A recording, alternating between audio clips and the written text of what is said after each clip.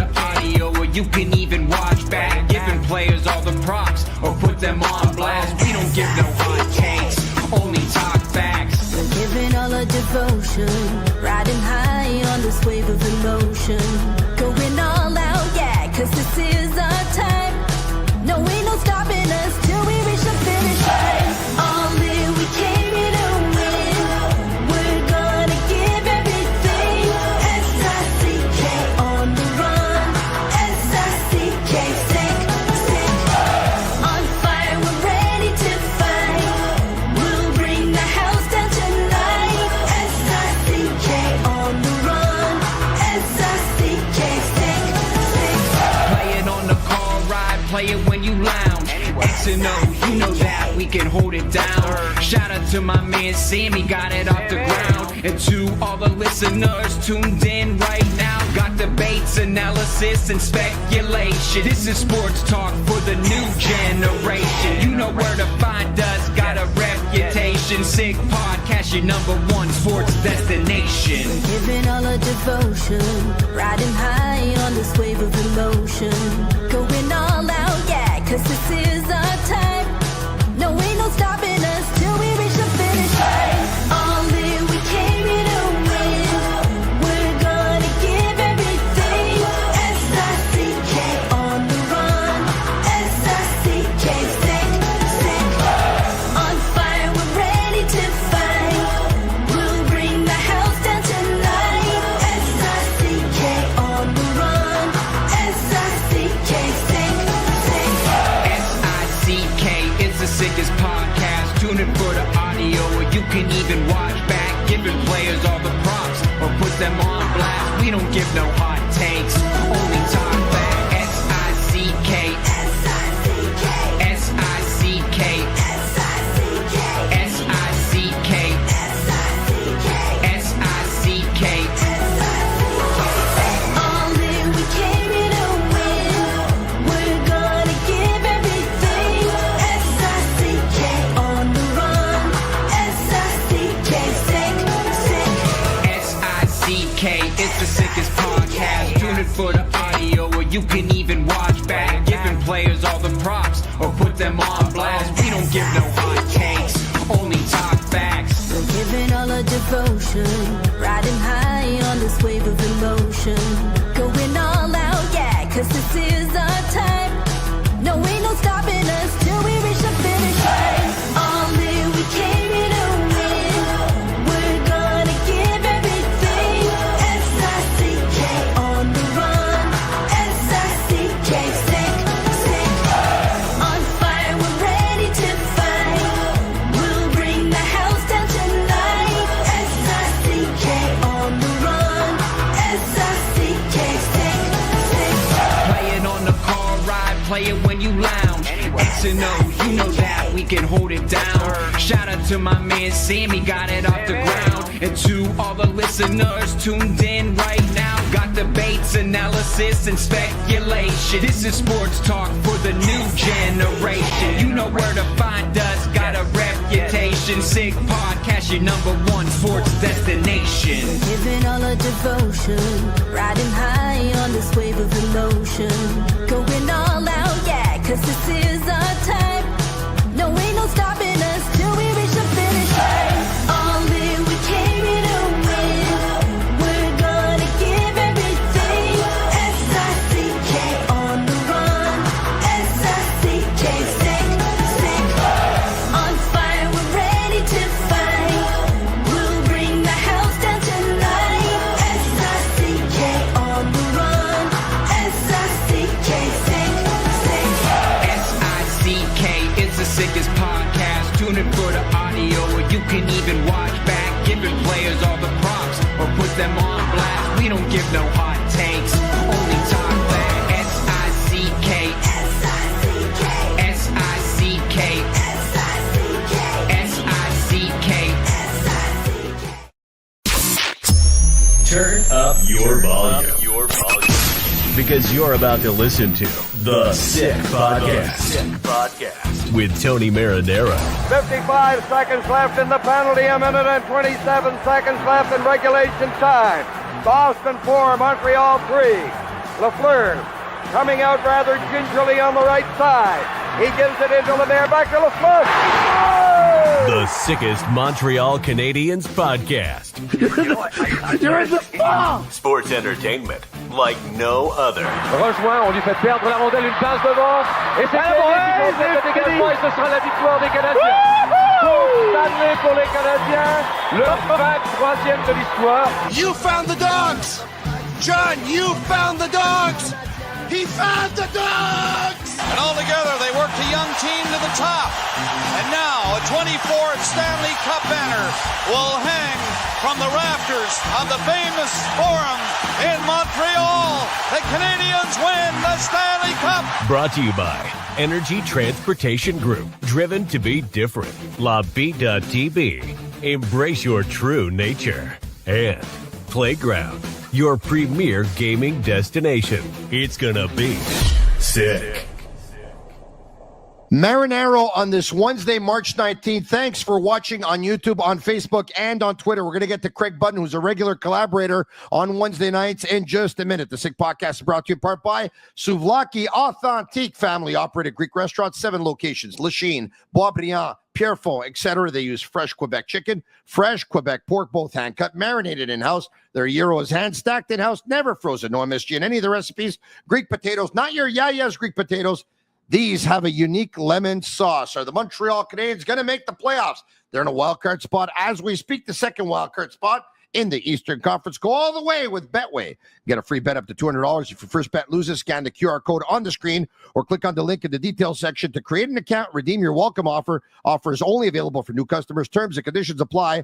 Offers not available in Ontario. Must be 18 years of age and older. And please play responsibly. What a game last night. I have to tell you, I still can't get over it.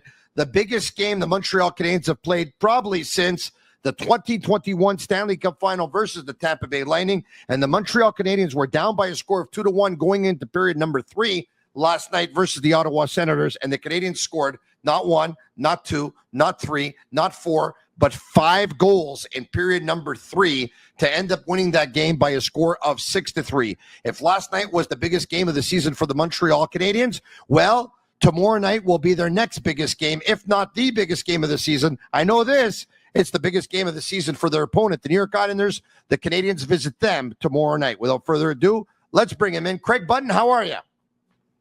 Really, really well, Tony. And I was watching the game last night, and you could just feel the energy coming through the TV. I can't imagine. I've been in that building, as you have, many a times, and I know what the energy feels like. But I could feel it through my TV watching that game, and it really was something. And I think that the players really fed off of it. And what really brought a smile to my face. I mean, there was many things that brought a smile to my face. But watching Brendan Gallagher play last night, I thought he was absolutely phenomenal in the game. And in that third period, he just said, "We're here to win it. We're not here to play. We're not here to get moral victories. We're here to get real victories." And I thought he was. I mean, he wasn't the only one, but it was so nice to see Brendan just lead the way with that indomitable spirit. Josh Anderson scored a goal in an empty net yesterday. And speaking of Brendan Gallagher, so did he. Anderson actually had 2 goals on the night, but it was after Anderson scored that the bench just went absolutely crazy. It was unbelievable. The Montreal Canadiens brought up a picture last night on social media. It's been shared by several outlets. We actually showed it last night as well. Shane Gaumont and Master Control, if you have a chance to bring it up. But that picture, when you talk about team spirit, and they say that a picture is worth 1,000 words, right? When you talk about team spirit, once you take a look at that picture that the Montreal Canadiens put up last night, you're going to understand everything you need to know about this team, Craig, and that the team spirit is absolutely impenetrable right now. It is strong. It is solid. Without even being there on the inside, you can tell that this is a group that believes. And when you have belief, you can go a long ways, Craig. Hey, there's absolutely no question. I did the game last Wednesday in Seattle. They're up 4-2 in the third period. A team that's had a really good penalty kill this year in the Montreal Canadiens, a team that hasn't had a very good power play in the Seattle Kraken. The tables got turned. The Kraken take advantage on 2 power play goals, and then they win 4 seconds into overtime. And, you think about the spirit of a team. Now they're at the end of a 4-game road trip. They're heading home. They got Florida on the Saturday. And they were fantastic against Florida as well. We talked about the game versus Ottawa, but they were fantastic against Florida as well. And I think that the reason I bring that up is, it's a spirit. It's a bond now that they have. It's a belief that they have. They go, yeah, okay, we didn't get what we came for in Seattle. We knew we maybe let one slip away, but it's not going to deter us. That's the resolve that this team shows. You mentioned it at the outset, 2-1 going into the third period, down 2-1 going into the third period. That third goal that's scored by Travis Hamonic, I'm going, oh boy, I haven't seen Montreal give up very many weak ones. And that one just wasn't a good, strong goal. Montreal just got right back at it. They said, hey, that's just a goal. This guy's played so good for us. Let's get after it. Yeah. And I mean, like I said, it's permeating right through the team, the belief. And the city is rocking. Bell Center's rocking. It really is something special for these players to be part of. And once again, look at that reaction as we brought up the picture. Isn't that something, right? Anderson being hugged by Caufield, being hugged by Suzuki, being hugged by Newhook. Look at Slavkovsky gets an arm in there. Look at Brendan Gallagher leans over. Look at Emil Heineman excited. Look at the assistant coach Trevor Letowski. Take a look at the fans. Unbelievable. Really, it's really awesome. And you could tell looking at that picture that all those guys are just so proud of and happy for Josh Anderson, whose effort level this year, Craig, has been exemplary. I just want to keep that picture up, Shane. Yeah. Put that picture back. You got there 12 amigos, and the Montreal Canadiens now are the vingt plus amigos, and that's what it takes. I call it the esprit de corps. They have that. Yeah. And to your question about Josh Anderson, and Josh Anderson. I've said this often over the last number of weeks and months, and I give Marty St. Louis so much credit. He has said, Josh, you have value to the team. Here's where I'm gonna ask you to play. Here's what I'm gonna ask you to do. And I think that a player, and we know that let's just forget about last year. But when a player feels that he's got value to the team, and when the coach is saying your value is important to what we're doing here, that inspires players. And what I see now in Josh Anderson is that player that's inspired. We know he can skate. We know he's rugged. We know that he can add that big body presence. But I give Marty St. Louis so much credit for saying, okay, here's what you are. Now go out and do it. And he's really, really embraced it. I think Josh Anderson, more than anything, has embraced it, and Marty has allowed him to embrace it. And just another example of Marty St. Louis coaching. The Sick Podcast brought to you in part by Bittt Tibi. They launched their new Ultra Lager. It's a refreshing, thirst-quenching beer, perfect for these nice spring days that are here and ahead. Only 90 calories, 2 grams of carbs, 4% ABV per can, available in a pack of 6 and 12 in grocery stores all around the province of Quebec. It's ultra light and ultra refreshing, which is pretty awesome. Right now, everyone crack open a can of beer and cheers to the Montreal Canadiens who, Shane, if we can bring up the standings so people can see them once again for the wild card spot. The Canadiens just 4 points behind the Ottawa Senators. Both teams have 15 games remaining, 1 point ahead of the Rangers. The Canadiens are. They have 2 games in hand on the Rangers, 3 points ahead of the Islanders. They played the same amount of games. That game tomorrow night in New York is going to be so huge. 3 points ahead of Columbus, played the same amount of games. 3 points ahead of Detroit. And the Canadiens have a game in hand on Detroit, who, by the way, out of all the 32 teams in the National Hockey League, it is the Detroit Red Wings that will have the toughest schedule left between now and the end of the year in terms of playing teams with the highest winning percentage. The Red Wings have the toughest schedule for the rest of the season. What is that new role for Josh Anderson? Let's hear Marty St. Louis talk about finding a role for Josh Anderson. You're helping people, you're guiding these people, when they go through adversity and they get on the other side of that, and their process to get on the other side of that, and they get rewarded and stuff. Yeah, that's definitely a feel-good moment, and proud for sure. you know, and I feel like I've been like that with him all year. I feel like from the start, you know, I beginning of the season, I said, Andy, you know, I want to change your role a little bit. You know, I'm gonna, because I like my players to have a role. So I'm like, I'm gonna put you on the PK. And I remember in Columbus, he killed penalties. And I'm not gonna put you on the power play. And he was like, no problem. You know, he bought in, and he was fine with that change. So, and you know, you need guys to be successful as a team. You need guys to accept certain roles, you know. And sometimes it takes a little longer for somebody to accept it. But you know, again, you're trying to sell the big picture, how it's going to help us more, and we have those guys that probably, you know, their roles that change a little bit, but I think it benefits the big picture for our group. I so love what he said because, you know, I take a look at the Canadiens lineup going into the season, and you have Caufield, Suzuki, Slafkovsky. You have Kirby Dach. Patrick Laine gets hurt in training camp. You have Newhook. You're looking for other players to play on that line, and you're figuring, you know what, Josh Anderson could be a possibility. Marty St. Louis recognized that last year when Anderson had a difficult season, that he put pressure on himself to produce. And when he didn't produce, his game went downhill. He lost the mental part of the game. He struggled with consistency. He was down on himself. And he hasn't produced in several years up to his potential. When he had scored, 27 goals it was, I think, with Columbus probably 6 years ago or whatever it was. So Marty St. Louis says, I'm going to take that pressure off you. I'm going to give you a new role. I'm going to put you in the penalty kill. But tells him, I'm not going to put you in the power play. It's probably not easy, but all that pressure that he took off of him, look at how Anderson responded, right? It's the best move he could have possibly made with Anderson. Marty St. Louis made it. Not a lot of coaches would have done that. Yeah, well, I think that like you're looking at your player and you're going, listen, this is our player. This is our guy.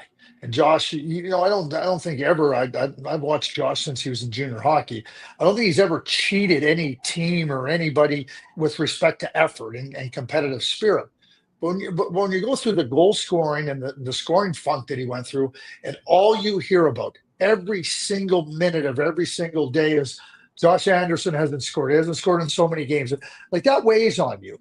And so as a coach, and Marty talked about this as a coach, he said, you know, you're trying to give the player a role. You're asking him to do something that's about the bigger picture for the team. And I not that it's easy to say that, but when you have a player that is all about the team, and Josh is a really good, strong team player. And now you watch him play and you accept him for what he is. You don't keep evaluating him for what he isn't doing, or you don't keep evaluating for what he's not giving you. You say, wait a second here, he's our guy. And we can put him in spots where he can, you know, feel really good about himself, and we can as a team now benefit from that. Like I know we talk about coaching all the time, but that's what good coaches do. And they're able to adjust and they're able to adapt. And Marty used the word sell. You're selling.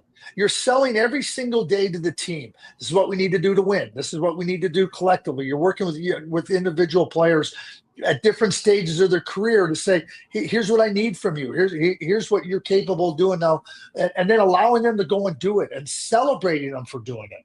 I think Marty celebrates them for doing it as much as, you know, valuing them. And I think that becomes a big part of it. But, you know, Christian Dvorak's another really good example of it. I watched Alex Newhook move into the middle of the ice after Kirby Dach's injury. Like, I felt like during the broadcast, Tony, I was just always talking about Alex Newhook because that's how impressive he was. Yeah. And the more you see that you can contribute to the team in ways that just isn't about scoring when you've been an offensive player, and you feel good. You don't feel the pressure to have to go out there. Yeah, you want to score. Yeah, you want to help the team in that area, but you don't feel the pressure now. Like you're like Josh Anderson. I got to score. I didn't score. Now you're coming back to the bench, and you don't really. Okay, I got to go out there the next shift and score. And I didn't score. Now you're tighter and tighter. what Marty's been able to do is free up his players. He's been able to free them up, and I think that's the essence of really strong coaching.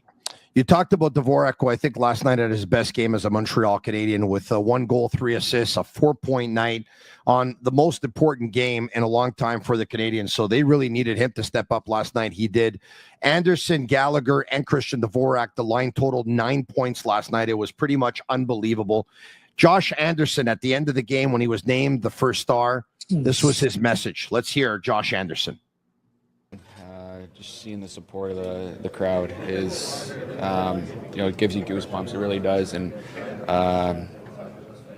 it makes you want to play in the playoffs so bad and see that atmosphere, because it's been a tough 3 years that they've patiently waited, and they deserve a lot, and we're going to do everything we can as a team to make a push. I really love the compete level in this group, and playing to a certain identity, and we don't have any pastures. We're a pretty tough team to beat, and just the confidence level of this group going in each and every night is something that you want to see, and it's very encouraging. They didn't make the playoffs at 22. They didn't make the playoffs at 23. They didn't make the playoffs at 24. And now in 2025, with 15 games left in the regular season, they honed on to the second wildcard spot. Craig, how surprised are you by this? Because I figure you are, because at one point I said the word playoffs and you were like, forget about that. The season's not over yet. They haven't made the playoffs yet. But if I would have told you going into the season that 15 games left in the regular season, the Canadiens would be in the second wildcard spot, you would have said what? I would have said amazing. That would have been amazing, surprising. I've been very consistent. I felt that they had to move from the bottom 8 to the next 8, and the closer they could move to that 8 to when that 8 is that playoff group, then the more it would be like. But you have to get into the next 8. And I thought coming out of the West Coast trip, it was really a tough one for them. And then they got the Four Nations break. And since the Four Nations break, coming back, they've been a rejuvenated team. I thought that you lose, you start to feel that you're maybe taking on a little bit too much water. And I think that the Montreal Canadiens, I don't think the break could have come at a better time for the Montreal Canadiens, the Four Nations break, that is. But since that time, they've been one of the NHL's best teams. They've been one of the NHL's best teams, and that's what you have to take. So you have to recognize that. I try to temper expectations. I don't want to be dismissive, but at the same time, I don't want to say, oh yeah, playoffs are a reality. They have made it their own reality, and more than anything, they've proven it to themselves that they're capable of more. They've pushed themselves to this level, and I think that in and of itself, Tony, is success. That is success, because now you're not satisfied. And when you have competitors, when Josh says no passengers and you're competitive, you're going to keep pushing. That is the positive that will carry through and carry forth for this team into the coming seasons. And you know what? I really like what you said early on, right? In terms of overcoming obstacles, right? They lost a game in Edmonton, 3-2 in overtime. And, they lost it. I think there were 6 or 7 seconds left in overtime. They could have been so down, maybe lay an egg in Calgary a couple nights later. They lose by a score of 1-0, only one. And Calgary's goalie is the first star of the game, so the Canadiens came to play. And then you say, all right, they're going to Vancouver to play game 3 of that Western road trip. It's going to be hard. It's a Western road trip, and they win that game. 24 hours later, they're playing game 4 of their Western road trip, travel included, 2 games and 2 nights. They have a 4-2 lead. They're down in the hockey game, actually. Then they come back, they rally, they make it 4-2. They end up losing 4 seconds into overtime, and now you're saying, you know what? They're probably going to be so down. They're probably devastated. A couple nights after that, they come back. They play the Florida Panthers. They beat them. Last night, they're down 2-1 going into the third period. There's not a lot of room. The first line hasn't done anything. They end up going down 3-2 as well on a really bad goal that Montembeault gave up. They end up coming back. They end up winning that game. They just, they lost Kirby Doc. You say this is devastating. There's no way they can make the playoffs because they were a one-line team to begin with. Imagine losing your second-line centerman. No, they come back. They bounce back stronger. They lose Caden Gooley, and you say, you know what? They only have Hutson, and they only have Matheson on defense. And, yeah, Carey has come in, and he's helped out. But you cannot lose a guy like Caden Gooley and expect to make the playoffs, and here they are. It's this us against them. They believe so much. It's amazing. And I think Marty St. Louis, look, he deserves a lot of credit because the team that I saw lose games in October, they were a team that we all mocked the way they played defensive hockey. Like, they looked like they had no idea how to play defensive hockey. The progress in the last 5 months, they look like a completely different team. And that progress is symbolic of the work that a staff and the players put in. And, Pierre Maguire last night said, we got to start talking about Roger Grillo. He was called in. He was hired to be the eye in the sky. And for sure, he's helping Marty. I mean, I'm sure this isn't just Marty, and it isn't just the players. It's an entire staff, including Roger Grillo. So they all deserve a lot of credit, Craig, because they're playing great. They really are. Well, there's no question. The record. All you got to do is go back and look at the record since the Four Nations. 8-1-2 in their last 11. 8-1-2. Yeah, they've been unbelievable, and that again is promising. You see the top players continue to progress in their game. You see other players find important roles on the team, and you're right. I mean, everybody becomes part of the success of the group, and everybody contributes. And some of those contributions are more noticeable, some of them are less noticeable, but all of them become important. And everybody doing their part, everybody in the words of Bill Belichick, do your job. And I think that what you got on the ice, what you got off the ice, is people doing their job, and that's what that's how you build a culture that everybody can be counted upon. Everybody knows that they need to perform, and they're going to have to deliver and contribute. And then people being valued. That's what culture is. People throw out this culture word, and they don't even know what culture is. Like, literally, Tony, they don't even know what it is. Well, we got to build a culture. Do you even know what a culture is? Do you know what a good culture looks like and feels like? Because it's not just about what you see on the ice. It's about all the things that embody a group, and players, people, life. They don't need support when things aren't going, or when things are going good. They need support when things aren't going good. They need support when you need a little lift. And I think that's what you see in Montreal with the coaching staff.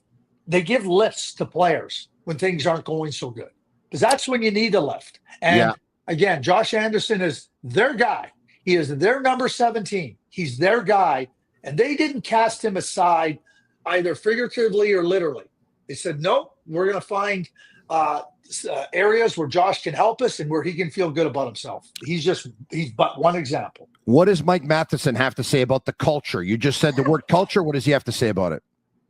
Que ça continue à grandir à chaque journée où on a des matchs comme hier soir qui continuent à bâtir sur ça. C'est sûr que les choses qui arrivent sur la glace sont connectées à ce qui arrive hors de la glace et de l'autre bord aussi. Donc, je dirais que hors de la glace, le vestiaire continue à se développer, à être de plus en plus mature, et aussi, je pense que c'est un très bon groupe de gars qui, honnêtement, on s'adore. Donc, c'est sûr que c'est un groupe spécial. Mike Matheson, you know the saying, never get too high, never get too low, even keel. My God, he is like that. But he was saying en français, he said, listen, the culture, the team spirit, it's growing every day on the ice and off the ice. And it's something that we're working at. And it's getting stronger and stronger and stronger. And he says, look, to tell you the truth, we love each other, man. Like, we just really love each other. And they look like a team that loves each other, that cares for each other. They don't look like a team like, say, oh, you know what, it's his guy, I don't got him. Like, everyone is, It's unbelievable, really, what's going on. Something magical is happening right now with the Montreal Canadiens. Kent Hughes had a chance to talk to Frank Saravalli on his podcast on the Daily Face-Off, and he talked about the improvement in the last year, from this year, looking back 1 year ago. Let's hear Kent Hughes on that team improvement. Everything.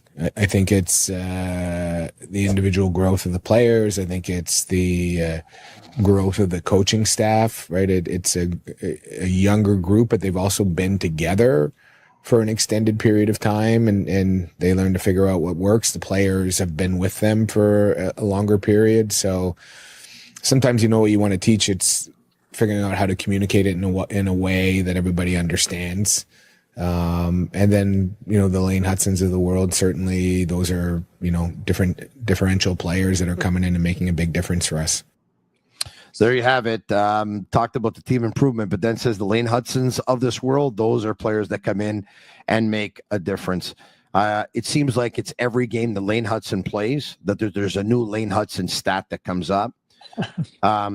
If he picks up 8 more points this year, he's going to end up having more points for a rookie defenseman, more so than any other rookie defenseman. And he'll eclipse the mark set by Nicholas Lidstrom back in 1991, 1992. Yesterday already, he surpassed Quinn Hughes for points in his rookie season. That goal that he scored last night, Craig, this kid's unbelievable. He's unbelievable. Like, I don't impress easy, man, but he loves the game so much. Mm-hmm.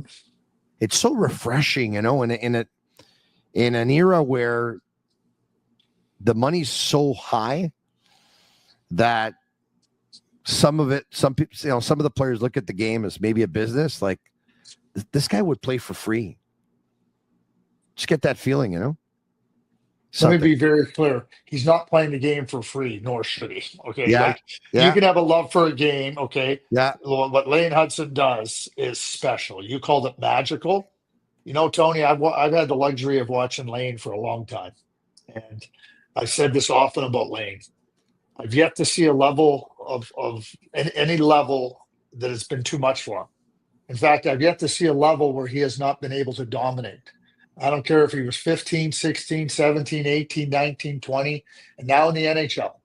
And, you got to keep proving it, right? Like, Lane in a lot of ways, and, I was joking about this with somebody last week in Vancouver. They said, well, at least you had Lane rated in the first round. I said, yeah, I didn't have him anywhere near high enough. So like, don't start trying to give me platitudes just because I had him in a spot in the first round, not even good enough. Anyway, that being said, there's 2 players over the last dozen years that I felt strongly would be able to translate everything they had, despite their size. Well, maybe there's 3 into the NHL. Johnny Gaudreau, Cole Caufield, and Lane Hutson. And not a one of them has proven me wrong. And I'm not here to say I was right or anything like that, but they're special players. Cole's special in a different way than Lane's special. And Johnny Gaudreau was special, special, special. And when you watch Lane and you watch how serious he is about his craft, how calm and poised he is, and at the same time ultra competitive. Lane wants to assassinate you. It might not look like that. He does it in a different way, but he's a killer. All with a smile. All with a smile. That's what and that's what he's about. And he is brilliant. And his best days are still ahead of him, Tony. His best days are still ahead of him. And you know what's interesting? Cole Hutson, his younger brother, broke all of Lane's records at the National Team Development Program. And yes, Cole's pretty special. And somebody's going to say to me in a few years, well, at least you had Cole rated in the first round. And you know what I'm going to say? I didn't have him high enough. Yeah, no, you're right. They could keep on proving people wrong. It's really unbelievable. Speaking of young players, by the way, and you brought up Cole Hutson, I can't believe Jacob Fowler wasn't nominated for the Hobie Baker. He's not one of the top 10. I saw that today. Yeah, and the goaltender at Minnesota State, and what Alex Tracy, I believe his name, Alex Tracy. So he's all nominated for the Mike Richter, and Jacob Fowler, which is best goaltender in the NCAA. So he's nominated for the Richter and the Hobie Baker. And I was just as shocked as you that Jacob Fowler wasn't nominated for the Hobie. As one of the 10 finalists. Let's be clear, one of the 10 finalists for the Hobie Baker, but. I mean, I think Jacob Fowler has had as good a season as any player in the entire NCAA this season. Yeah, and Alex Tracy, by the way, Alex Tracy, I was right? Yeah, he did put up really good numbers. I have it here in front of me for Minnesota State University, a 946 save percentage, a 141 goals against average with a record of 25 wins, 8 losses, and 3 ties, which is pretty unbelievable. Did that at 24 years of age. But you know what's even more incredible is Jacob Fowler putting up a 940 save percentage, a 164 goals against average, a record of 24-6-2, and doing it at 20 years of age. Hey, listen, Jacob's a heck of a player. I mean, you start looking at goaltending, you look at the blue line with Hutson, you look up front, you got Demidov coming. It's one of the things, just quickly back to Lane Hutson too. I mean, I think he's a prohibitive favorite for the Rookie of the Year. Prohibitive. Let me be very clear. Prohibitive. Really? Eh? Dustin, that's what I feel. And Dustin Wolf is my prohibitive number 2. Like, those are the top 2 guys this year. I think Dustin Wolf has been phenomenal. And you look at what he's done for that Calgary Flames team, and certainly you look at what Lane continues to do for the month. But that's that.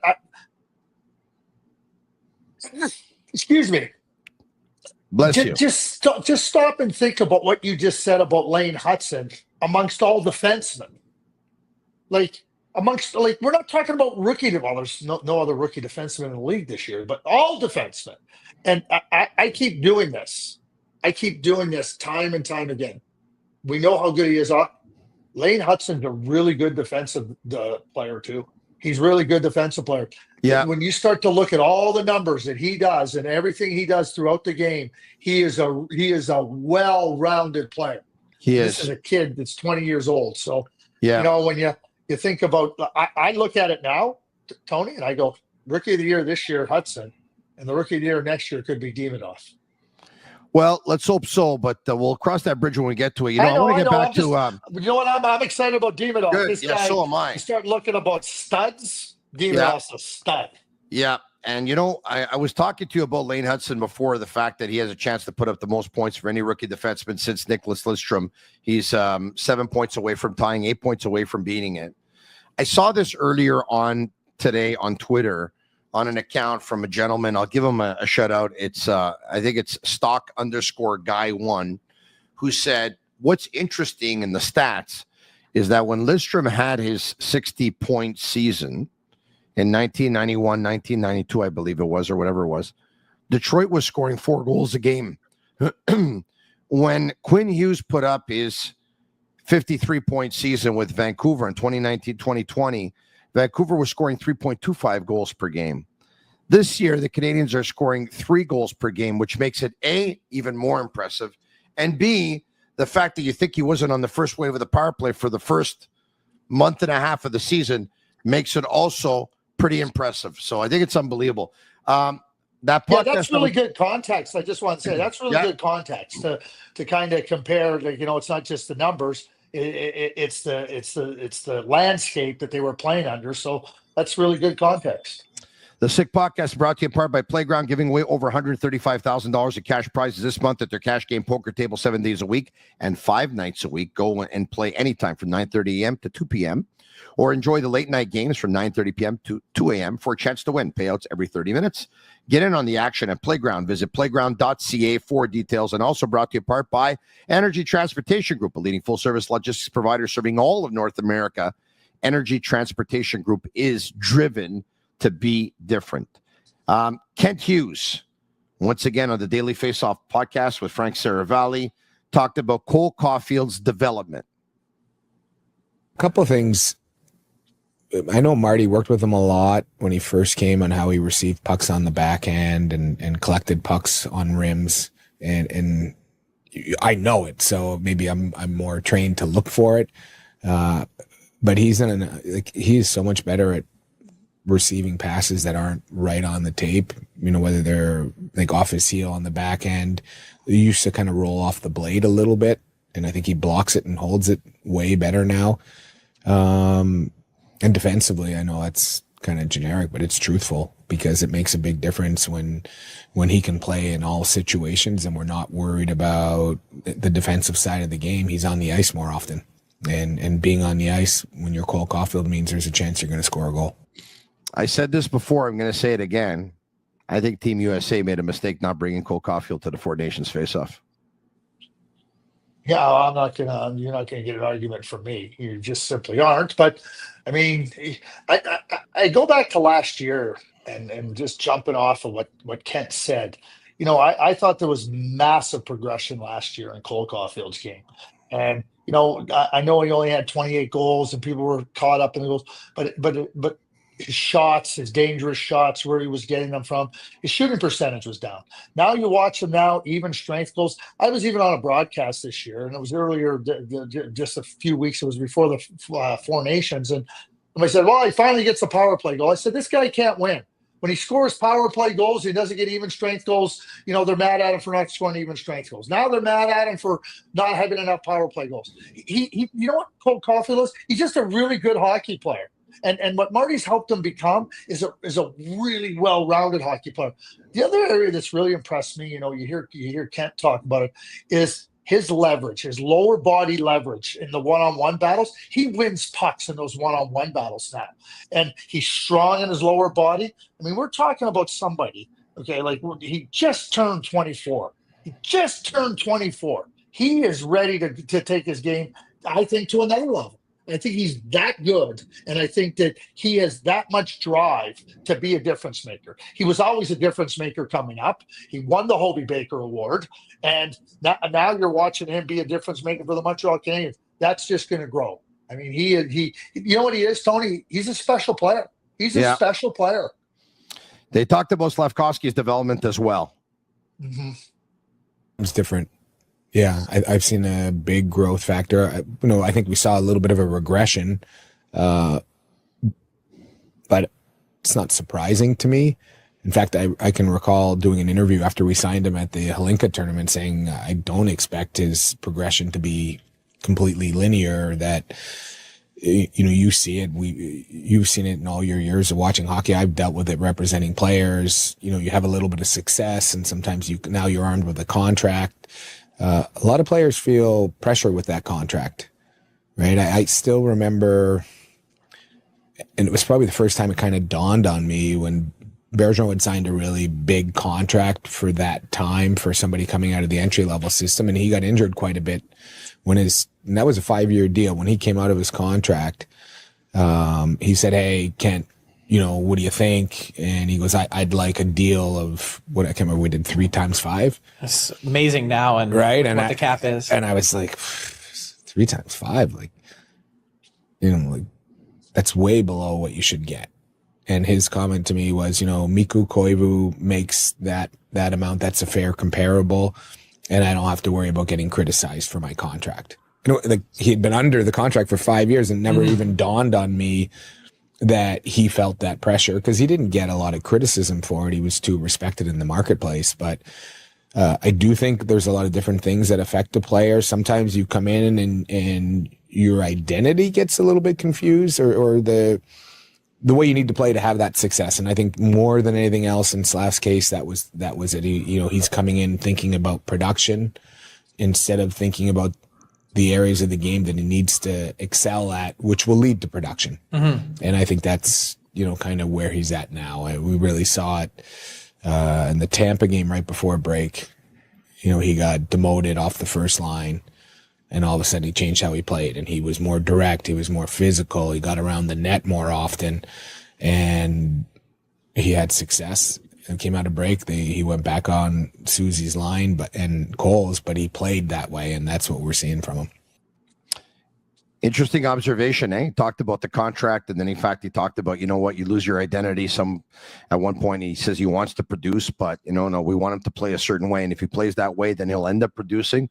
And interesting thoughts on Slavkovsky. Yeah, it's interesting what he said. Bobby Holik was a really strong player, a really, really good player, a player that helped you win. You wanted him on your team. Who won with the Devils?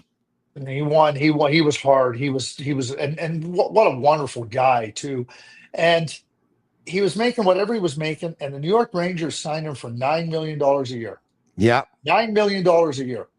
And Bobby Holik's game never changed. He was exactly the same player when he was making $9 million as he was when he was playing, I want to say 4.5, 5 for the New Jersey Devils. But the expectations changed dramatically based on the contract.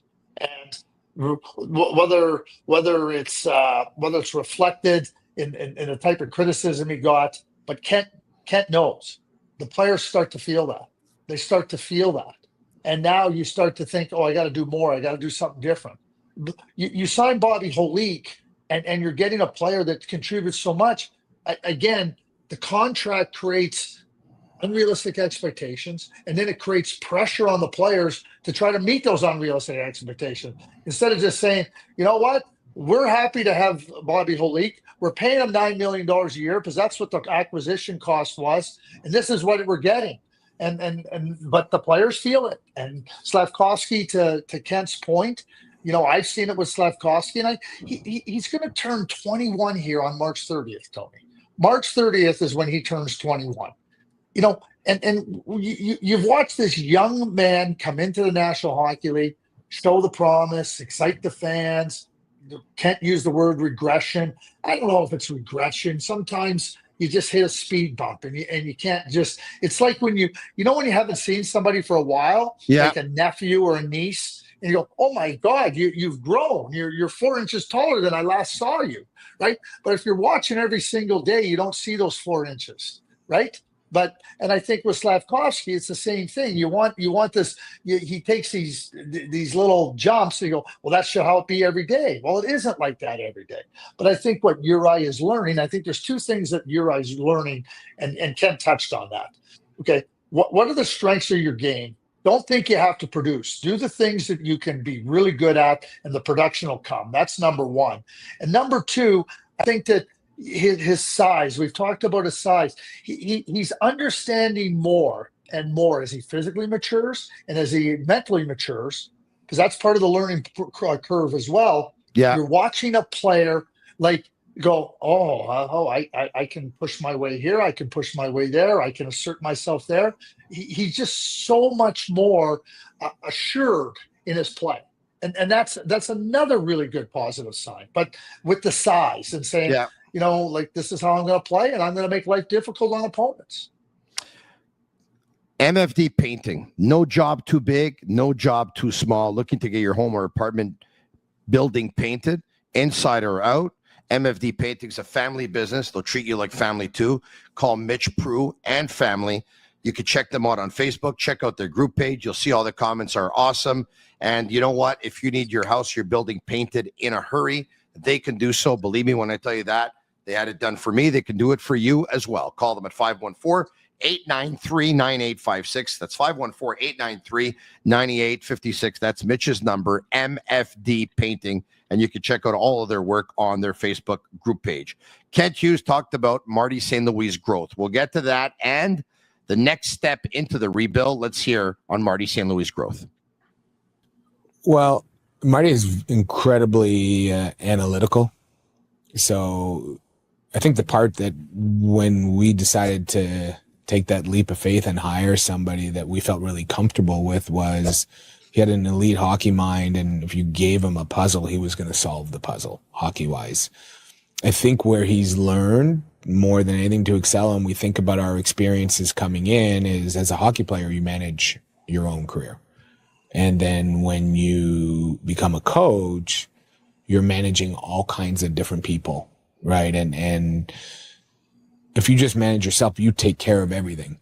And then when you come in as a coach, you can't visit with 23 different people every day and run every element of a hockey organization. So I think, we've talked about it, and that's an area where he's grown a lot, is in terms of being able to delegate and understand where is similar to me, like where we talk about COO and just focusing on hockey. I think it's the same for a coach. It's just figuring out how you're going to allocate your time most efficiently for the best of the group. Marty's extremely analytical, and if you give him any hockey puzzle, he'll solve it. That's something, eh? Well, it is something, but it also goes to identifying something that they felt was really important. They wanted a bright hockey mind. They wanted somebody with a hockey mind. It didn't start with, well, we would like to have somebody that has X amount of years of experience, or has coached this many games, or what. I'm not trying to dismiss experience, because I think experience is really, but Marty had experience of a different kind. I know he wasn't coaching junior, wasn't coaching in pro, but he was coaching, and he was coaching young kids. If you think about coaching young kids from the ages of 10, 11, 12, 13, 14, 15, just think about how much progresses from 10 to 11, 11 to 12, 12 to 13. And you have to be on top of that, because there's massive changes going on in there. And so now as you take that, and Marty was around good coaches, he was around good people in his NHL career. I mean, you just look at it, and he'll tell you that. And then you take all these experiences he had coaching and individually as a player. Now you pull them all. But it starts, he's curious. He's analytical. He's got a bright hockey mind. He wants to solve puzzles. Like, he understands that not everything is easy. He's got an unbelievable work ethic. I've said this for a while now, and when I say a while, I'm talking about a couple of years. Marty's really, really secure in his own skin. I think that's the big, when he came into Montreal and people, oh boy, Marty St. Louis, like, what's going on here? What's going on? He just said, yeah, okay, that's fine. I'm just going to do my job. I'm going to do my work. And he didn't boast. He just said, the work will speak for itself. And that's a confident person. Once again, I think the progress that they made in the last 4 or 5 months, everything he's touched has turned into gold right now, and it's pretty cool. Kent Hughes on the next step of the rebuild. What is it? I think we kind of came out of this past summer saying, once we had completed the draft, saying that the largest emphasis was on kind of asset management, being as efficient as we could in terms of the return we got on players we would trade away, or how we could use cap space to, for the most part, improve our draft capital. Some of that was used to go after younger players that, we thought might have upside, that could grow with the organization. They're similar to draft picks.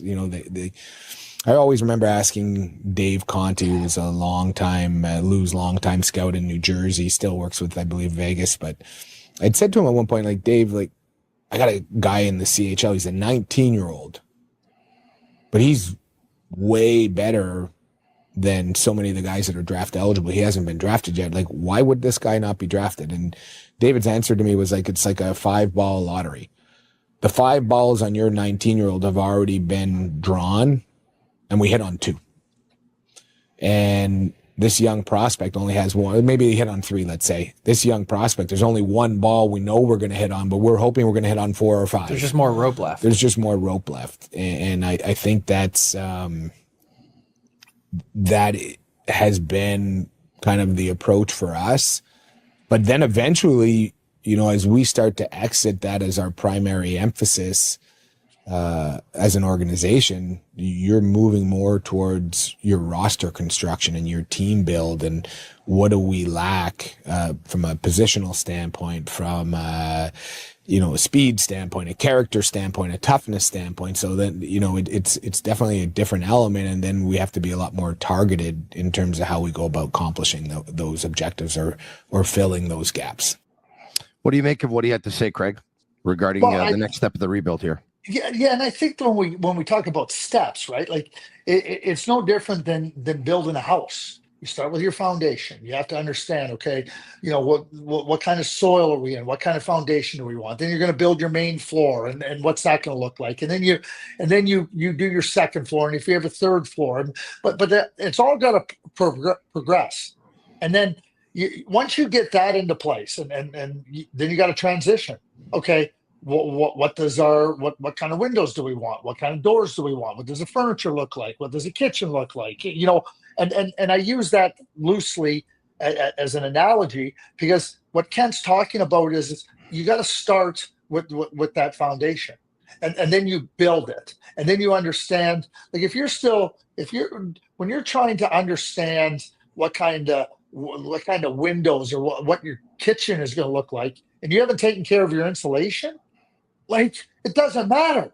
It just doesn't matter. And so you got to go in progressive steps. You have to see progress, and then and he used the word transition, and then you transition to a different focus, a different area.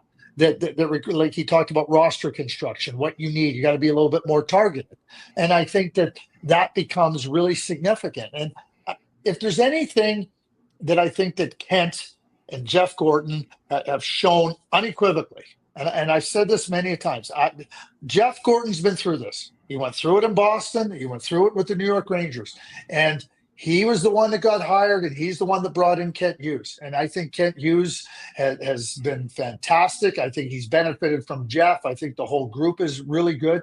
But the knowledge of understanding what you have to do and then proceeding with it, and then we're not where we were. We're now in a different place, and seeing it as you talk about the progress, that's where now you can build off of it. So many teams get stuck in this.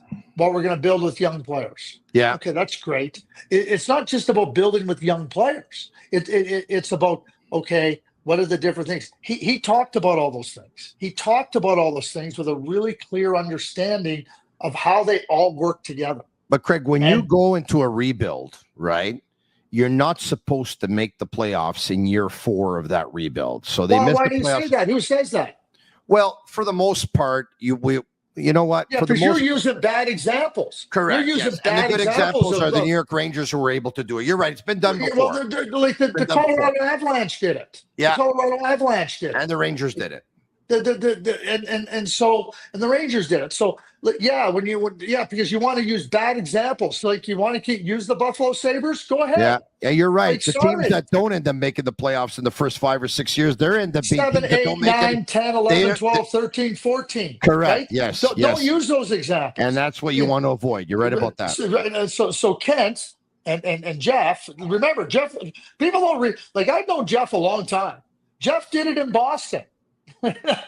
That team, he wasn't there when they won the Stanley Cup in 2011. His fingerprints were all over that thing. Yes. Then he goes to the New York Rangers. He gets them to a level. His fingerprints all over that thing, and his fingerprints are all. And he's like the architect. He's the guy that says, "Here's what it looks like." Okay. Now he comes in and he says, "Kent can be really good. We get a bright mind in Kent. We get a bright mind in Marty. Marty, they're patient, and now you look at what we want to get in terms of players." So. Again, right. I think this year, like we talked about meaningful games. Right now, on this day, March the 19th, they're in a playoff spot. That is unbelievably great.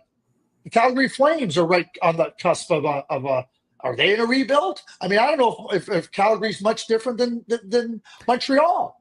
Hey, I'll leave you with this as the Canadiens look for a number 2 centerman, obviously, this offseason. Maxime Lapierre brought up a name last night that you would be very familiar with because he plays where you reside in Calgary for the Flames. Nazem Kadri will have 4 years left on his deal that'll pay him $7 million a year. I believe he's 34 years old. Should he be available and you were the Montreal Canadiens, would you be interested? Yeah, listen, I love Naz. Naz is wired to win. He's competitive.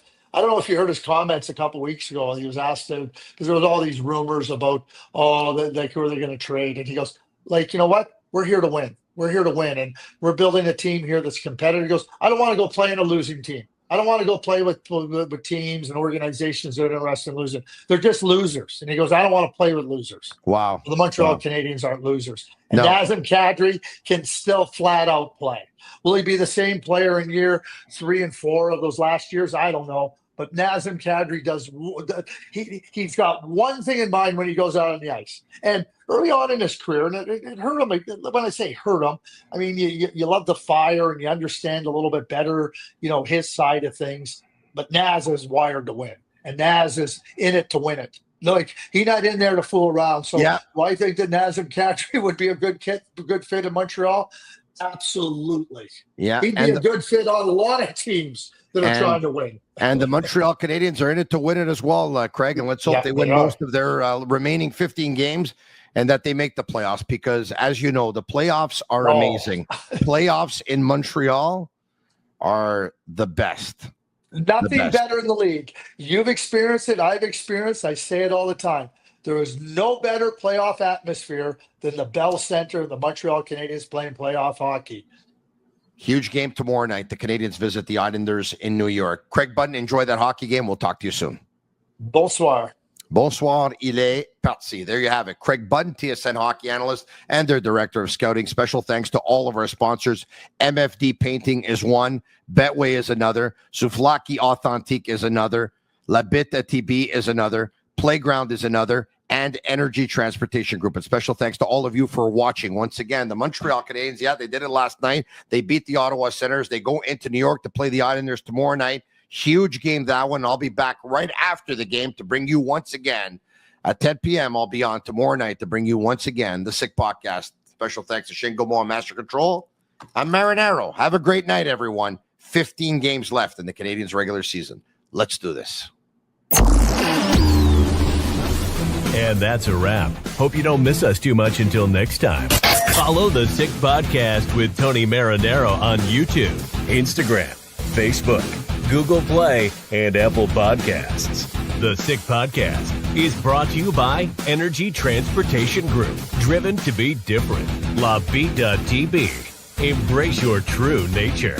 And Playground, your premier gaming destination.